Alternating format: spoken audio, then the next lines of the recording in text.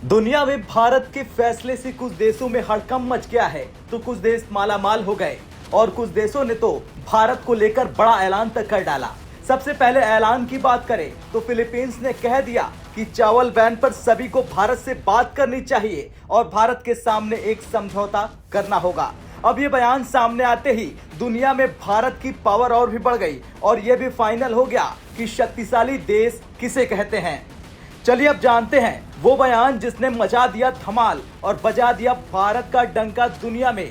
तो दोस्तों, फिलीपींस के राष्ट्रपति मार्कोस जूनियर ने कहा उनके देश को स्थानीय फसल पर अल नीनो शुष्क मौसम की स्थिति के प्रभाव की तैयारी के लिए चावल का आयात शुरू करना चाहिए और वो भारत के साथ आपूर्ति समझौते की मांग कर सकते हैं। उन्होंने कहा, मैं चावल की राष्ट्रीय आपूर्ति के बारे में सोच रहा हूं। मुझे लगता है कि हम भारत के साथ एक समझौता कर सकते हैं। शायद वहां कोई है जिससे हम बात कर सकते हैं।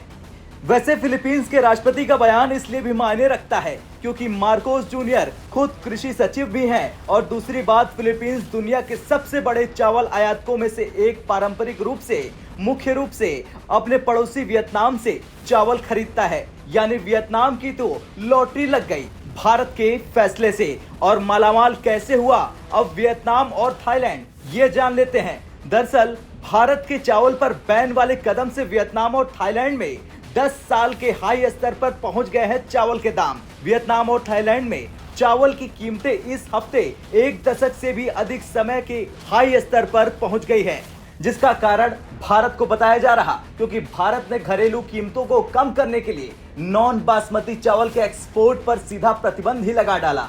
अब भारत ने क्यों प्रतिबंध लगाया, इसको समझ लीजिए। भारत के खाद्य मंत्रालय की ओर से इसको लेकर बयान जारी किया गया था और कहा गया था कि बासमती चावल और सभी तरह के उसना चावल के निर्यात नीति में कोई बदलाव नहीं किया गया। यानी केवल गैर बासमती कच्चे चावल के निर्यात पर प्रतिबंध लगाया गया। हालांकि भारत इस चावल की खेप को कुछ शर्तों के तहत निर्यात करने की अनुमति देगा, जैसे कि इस अधिसूचना से पहले जहाज पर इस चावल की लोडिंग शुरू हो गई थी। भारत सरकार का यह फैसला माना जा रहा है कि रूस की तरफ से काला सागर अनाज सौदा कैंसिल करने की वजह से आया है। खैर, भारत के इस फैसले से दुनिया भर के कई देशों को झटका लगा है। भारत अकेले ही 140 से अधिक देशों को चावल का निर्यात करता है, मगर इस साल देश का कुछ हिस्सा बाढ़ की वजह से डूब गया है। साथ ही कुछ ऐसे भी राज्य हैं जहां औसत से कम बारिश हो रही, खासकर उन राज्यों में कम बारिश हो रही जहां धान का सबसे ज्यादा पैदावार होता है। लेकिन अब देखना तो ये है कि फिलीपींस के इस बयान के बाद मोदी सरकार चावल को लेकर क्या बड़ा फैसला ले पाएगी या फिर नहीं।